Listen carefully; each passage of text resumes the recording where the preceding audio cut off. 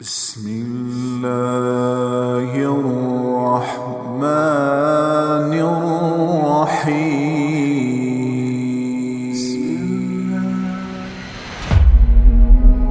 بھائیو، زبان کے بول میٹھے کرو، لوگوں کو کھانے کھلاؤ، لوگوں سے درگزر کرو، لوگوں کو معاف کرو، کمیوں پہ پردے ڈالو.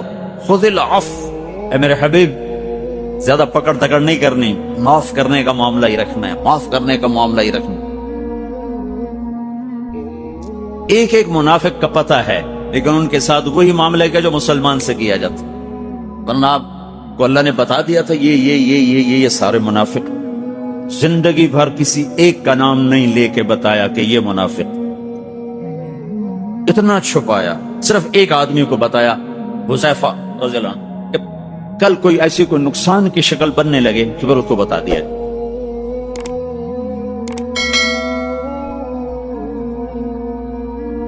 ایک منافق کا نام ہے ذوالخویصرہ. اس نے کھڑے ہو کر اعتراض کیا، یا رسول اللہ، آپ نے مال غنیمت صحیح تقسیم نہیں کیا. اللہ کے نبی کو تین بڑے سردار نئے مسلمان، زید بن محلحل، ان کا نام مشہور ہے زید الخیر. اللہ کے نبی نے ان کا نام رکھا زید الخیر. زید الخیر، زید الخیر کا کیا مطلب تھا؟ وہ گھوڑے پر جب بیٹھتے تھے ان کے پاؤں زمین پہ لگ جاتے تھے، اتنا لمبا قد تھا. تو ان کا نام ہے زید بن محلحل، نئے مسلمان. اخر بن حابس تمیمی، نئے مسلمان. عباس بن مرداس، نئے مسلمان. آپ نے ان کو مال غنیمت میں زیادہ دیا. کہا یہ تقسیم غلط ہے. تو آپ کے چہرے کا رنگ پیلا پڑ گیا. آپ نے کہا اگر میں غلط کرتا ہوں تو ٹھیک کون کرتا ہو؟ تو اس پر خالد بن ولید رضی اللہ عنہ کہا، یا رسول اللہ، اجازت ہے میں اس کی گردن اڑا دوں، اس منافق کی گردن اڑا دوں؟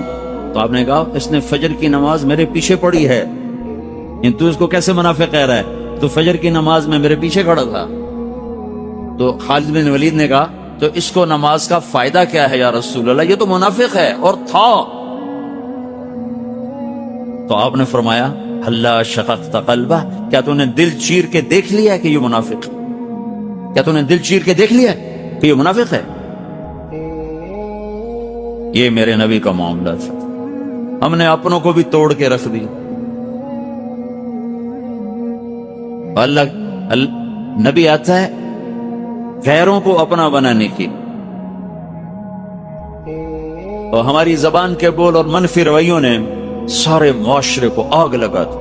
سارا پاکستان اس وقت نفرت کے الاؤ، کہیں مذہب کے نام پر، کہیں سیاست کے نام پر، کہیں قومیت کے نام پر، کہیں صوبائیت کے نام پر، کہیں کسی نام پر، کہیں کسی نام پر ایک نفرت کی آگ ہے جو جل رہی ہے. نہ مرنے والے کو پتہ کیوں مارا گیا، نہ مارنے والے کو پتہ میں کیوں مار رہا.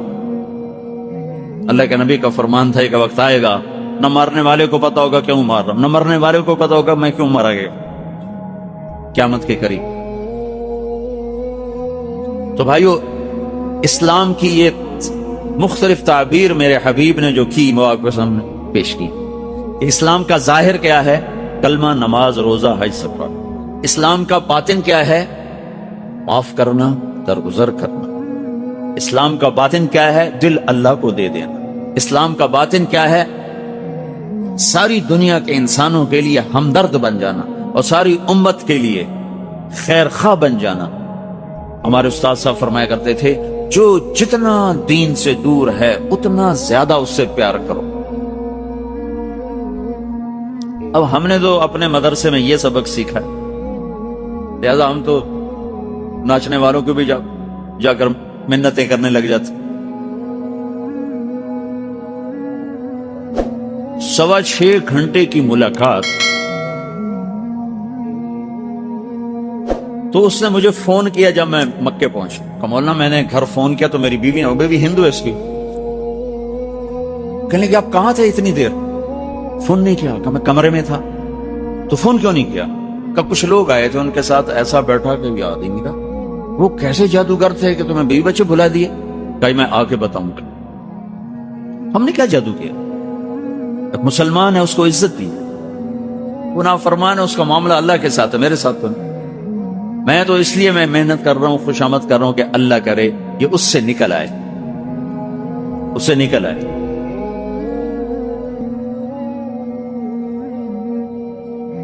وہ جب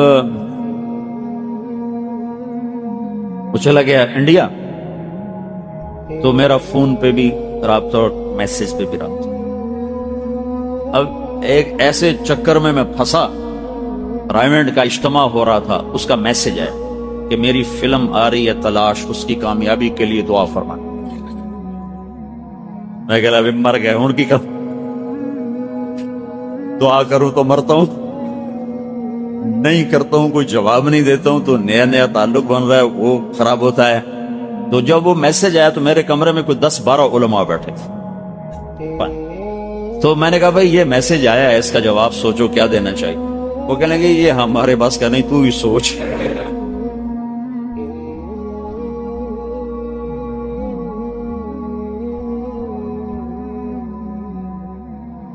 میں سارا دن سوچتا رہا، مجھے کچھ سمجھ میں نہ آئے کہ ایک حرام کے لیے میں کیا تعویل کروں۔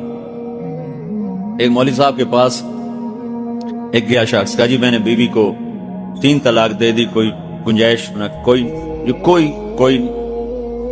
اس نے ایسے جیب سے لفافہ نکالا اور سرانے کے نیچے رکھ دیا، کہا جی کوئی گنجائش؟ اچھا سوچتے ہیں۔ کیا کہا تھا تو نے اپنی بیوی کو؟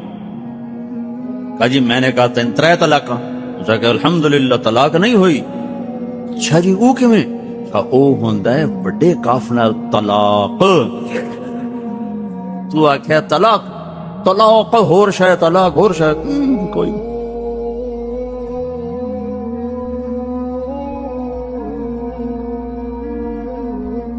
میرے لیے مسئلہ بنا ہوا کہ میں کیا کروں؟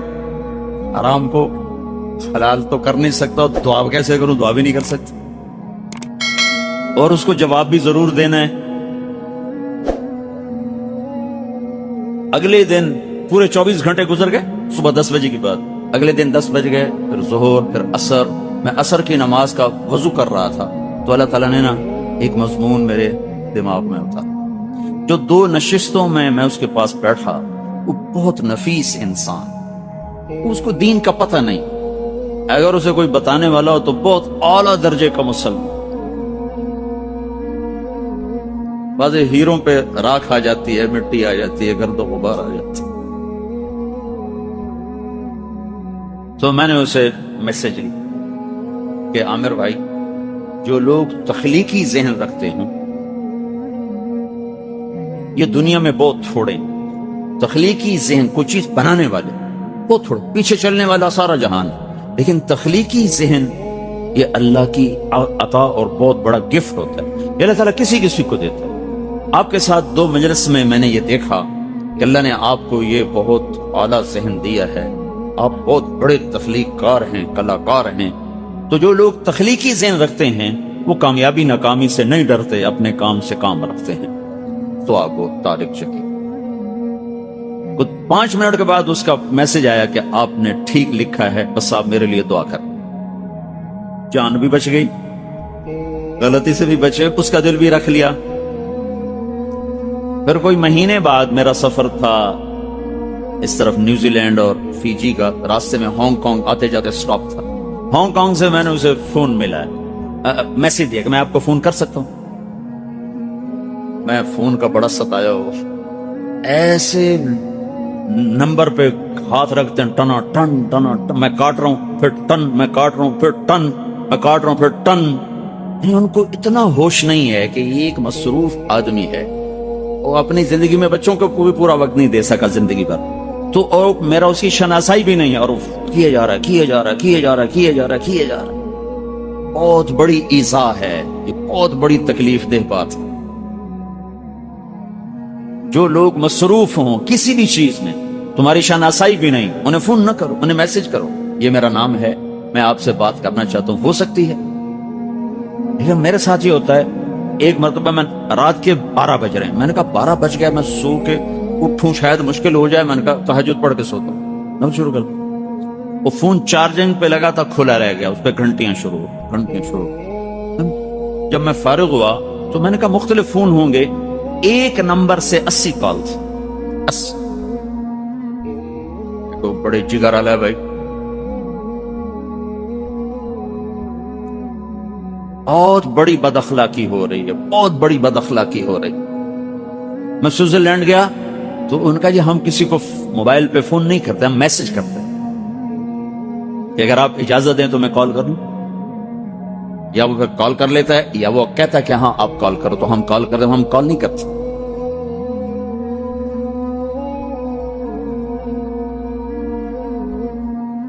فون ایک دن کھلا رہے گا, کو رات کا 1 بج رہا تھا, تو فون کی گھنٹی بجی, میری آنکھ کھول گئی. میں نے کوئی ایمرجنسی میں ہوگا بیچارہ کوئی.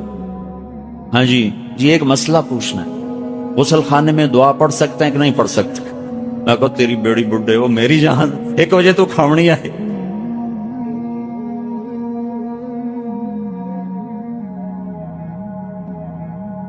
اس موبائل نے بہت بد اخلاق بنایا ہے.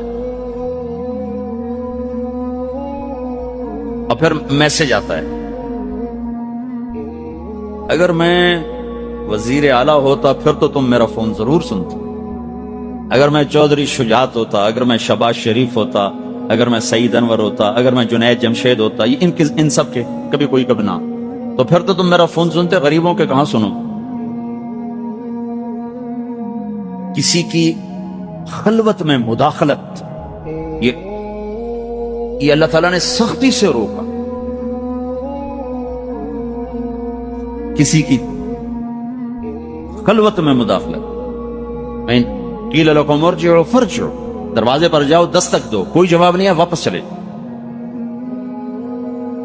تو اتنے سخت میسج, اتنے بد تہذیبی کے میسج, یا تو مجھے حضرت لکھ رہے ہیں اور مولانا لکھ رہے ہیں, میں نے جواب نہیں دیا تو ہے ہی متکبر. یہ اخلاقی سطح بہت گری ہوئی ہے ہماری, بہت پست ہے اخلاقی سطح. اس سے میرے عزیزو اکثر نوجوان سبق سیکھو, کسی کو تنگ کرنا حرام ہے. ایک بزرگ تھے, ان کی زندگی بھر میں 1 دفعہ تہجد قضا ہوئی, ساری زندگی ان کی تہجد قضا نہیں ہوئی. تو کسی نے پوچھا حضرت وہ آپ کی کس لیے کیسے قضا ہوئی؟ کہ میں سفر میں تھا, ایک جگہ قیام تھا, تو میں اٹھا تہجد کے لیے, تو دروازے کے سامنے ایک آدمی سویا ہوا تھا, تو مجھے خیال آیا کہ میں اس کے قریب سے گزروں گا تو اس کی آنکھ کھل جائے گی, تو اس کو تکلیف پہنچے گی. تو بس میں تہجد چھوڑ کے آ کے بستر پہ لیٹ گیا, کہیں اس کی آنکھ نہ کھل جائے, کہیں اس کی آنکھ نہ کھل جائے. 12 بجے فون کر رہے ہیں, 1 بجے کر رہے ہیں, 2 بجے کر رہے ہیں, اور پھر مسلسل کیے جا رہے ہیں.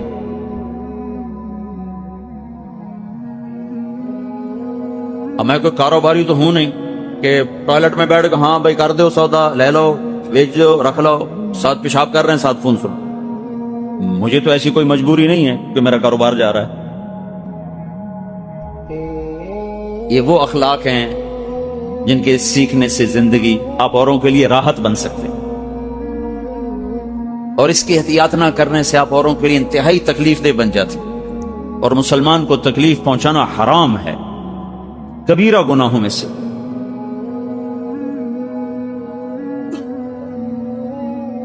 تو بھائیو, میں نے اسے میسج کیا, میں آپ کو فون کر سکتا ہوں؟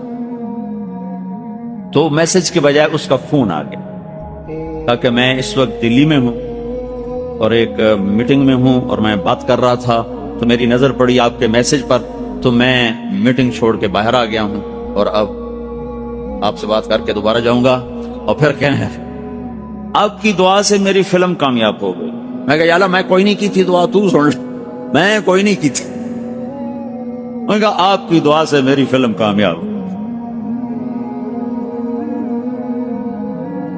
برے کو برا کہنا, غلط کو غلط کہنا, یہ کمال نہیں ہے. غلط کو سینے سے لگانا, برے کو سینے سے لگانا, اس کو برائی سے نکالنا, اس کو گندگی سے ہٹانا مقصود ہے, اس کو گندا کرنا مقصود نہیں ہے. اس کو غلطی سے ہٹانا مقصود ہے, اس کی توہین مقصود نہیں ہے. بل اسلام طیب الکلام اطعام الطعام, میٹھا بول کھانے کھلانا. مل اسلام تسلم قلبک للہ, دل اللہ کو دے دے.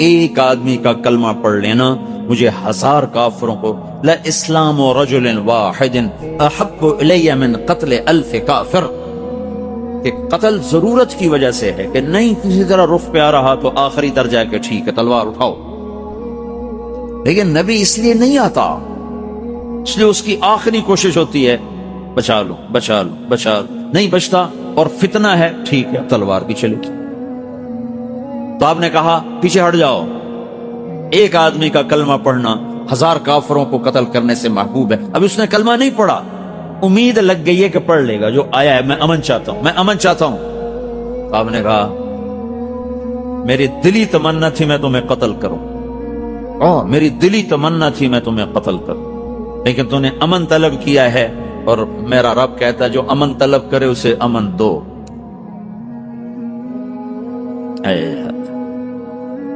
تو اب یہ بات چیت شروع ہونے لگی، کس سے؟ چاچے کے قاتل سے۔ وحشی کہتا ہے آپ کا رب کہتا ہے جو شرک کرے گا، زنا کرے گا، قتل کرے گا وہ جہنم میں جائے گا، میں نے یہ سارے کام کیے ہیں۔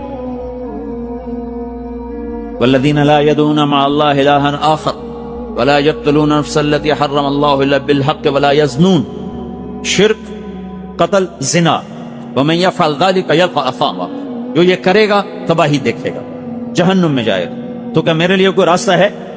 تو اللہ کے نبی نے کہا، اللہ کہتا الا من تاب وآمن وعمل عملا صالحا فاولئک یبدل اللہ سیئاتهم حسنات وکان اللہ غفور الرحیم، جو ایمان لائے گا، جو توبہ کرے گا، جو عمل اچھا کرے گا، اللہ اسے معاف کر دے گا۔ تو وہ وحشی کہنے لگا یہ تو بڑی اوکھی شرطیں ہیں، یہ تو نہیں میں پوری کر سکتا، کوئی آسان راستہ بتائیں۔ یہ چاچے کے قاتل سے بات ہو رہی ہے، وہ کہہ رہا کوئی اور راستہ بتائیں۔ تو آپ نے دوسری آیت پڑھی، ان اللہ لا یغفر ان یشرک بہ ویغفر ما دون ذلک لمن یشاء، اللہ ایک شرک معاف نہیں کرے گا، باقی جسے چاہے معاف کر دے۔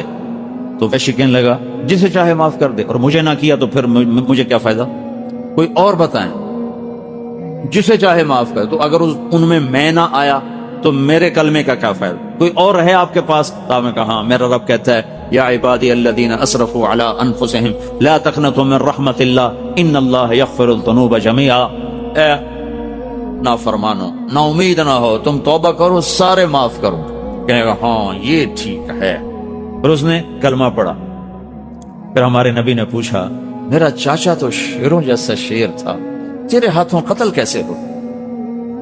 کہا جی میں تو ان کے قتل کو سوچ بھی نہیں سکتا تھا، وہ تو سوئے ہوتے تو میں ان کے قریب نہ جاتا، مجھے تو مطعم بن عدی نے کہا تھا کہ تم حمزہ، علی، محمد صلی اللہ علیہ وسلم رضی اللہ عنہما ان تین میں سے کسی ایک کو قتل کر دو میں تمہیں آزاد کر دوں۔ تو آپ پر تو یقیناً میں نہیں پہنچ سکتا تھا، اور حمزہ کا اتنا روک تھا کہ سوتے میں بھی قتل نہیں کر سکتا تھا، میں تو علی کو قتل کرنے نکلا تھا، اور میرا وار چلتا ہے غافل پر جو کہ میں چھپ کے حملہ کرتا ہوں۔ تو جب میں نے علی کو دیکھا تو وہ اتنی بیداری سے لڑ رہے تھے کہ ان کو چھپ کے وار کرنا بڑا مشکل تھا، ان کی جیسے تلوار گھومتی تھی ویسے نظر گھومتی تھی۔ تو میں نے کہا نہیں اس کو بھی دھوکہ نہیں دیا جا سکتا۔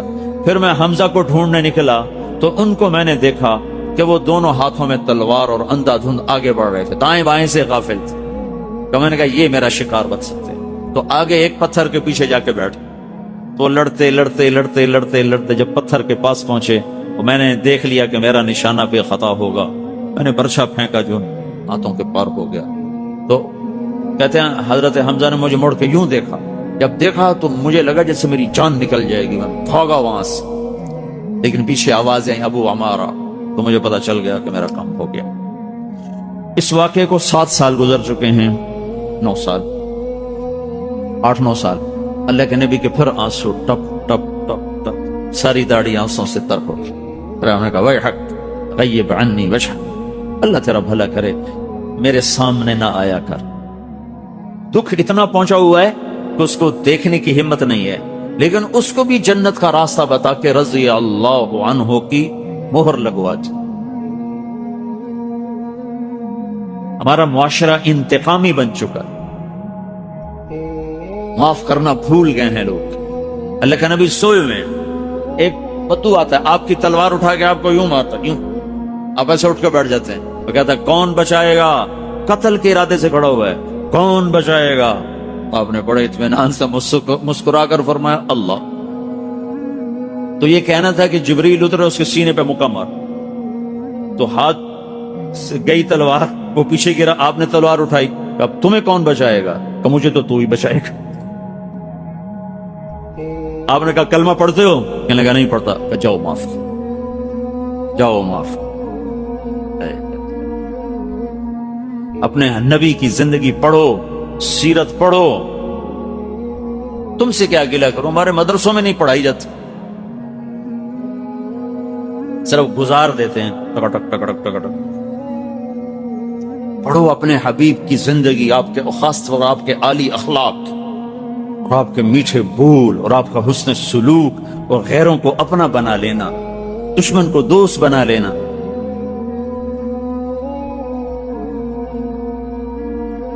آپ نے فرمایا اسلام کا سب سے مضبوط عمل کیا ہے؟ صحابہ نے کہا نماز، ہمیں کہا نہیں، جہاد نہیں، روزہ نہیں، حج نہیں، صدقہ نہیں۔ یا رسول اللہ پھر آپ بتائیں؟ کہ اسلام کا سب سے مضبوط عمل اللہ کے لیے محبت کرنا ہے اور اللہ کے لیے بغض رکھنا ہے۔ اللہ کے لیے بغض ایک واقعے سے بتاتا ہوں، ویسے سمجھنا مشکل ہوگی۔ خیبر کی جنگ میں حضرت علی اور یہودی کی پنجہ آزمائی ہوئی۔ اصل نے یہودی کو گرایا اور سینے پر چڑھے قتل کرنے، تو اس نے منہ پہ تھوک دیا، تو چھوڑ کے کھڑے ہو کہ چلو دوبارہ۔ کیوں؟ کہ پہلے میں تمہیں اللہ کے لیے قتل کر رہا تھا، جب تو نے میرے منہ پہ تھوکا تو مجھے غصہ آ گیا ذاتی، اب یہ قتل میری ذات کی وجہ سے ہوتا، اللہ کی وجہ سے نہیں، لہذا ہم دوبارہ لڑیں گے۔ انہوں نے کہا یہ پڑی تلوار، مجھے کلمہ پڑھا۔ یہ ہے بغض للہ۔ تو بھائیو، آج میرے دیش کو بڑی ضرورت ہے محبت کی، نفرتوں نے آگ بھڑکا دی،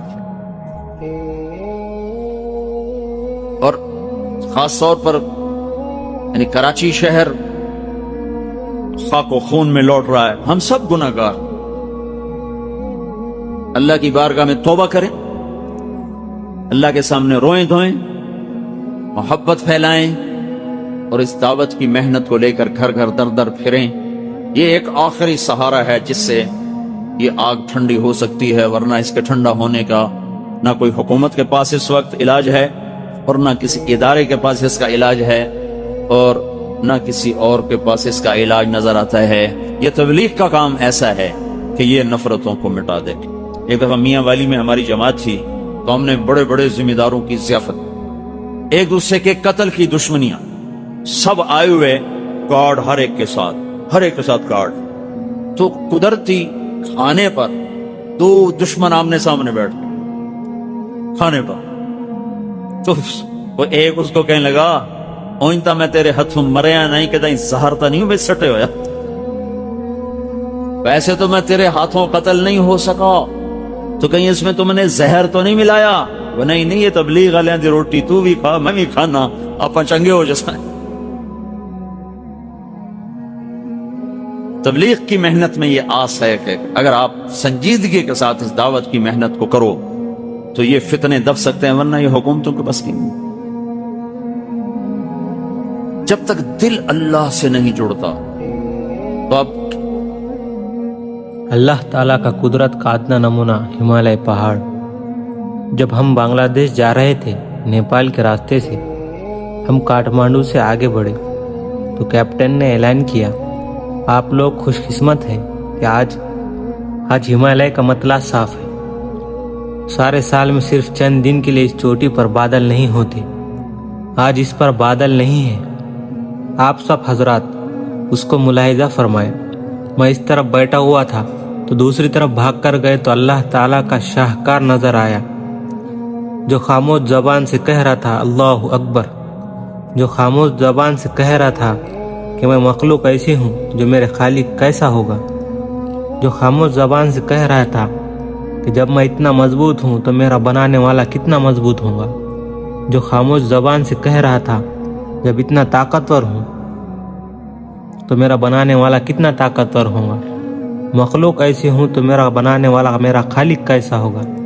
وہ ہمالیہ، وہ شاہکار میں نہیں بھول سکتا۔ پھر اس کے بعد کئی مرتبہ وہاں سے گزرے، بادل ہی نظر آئے،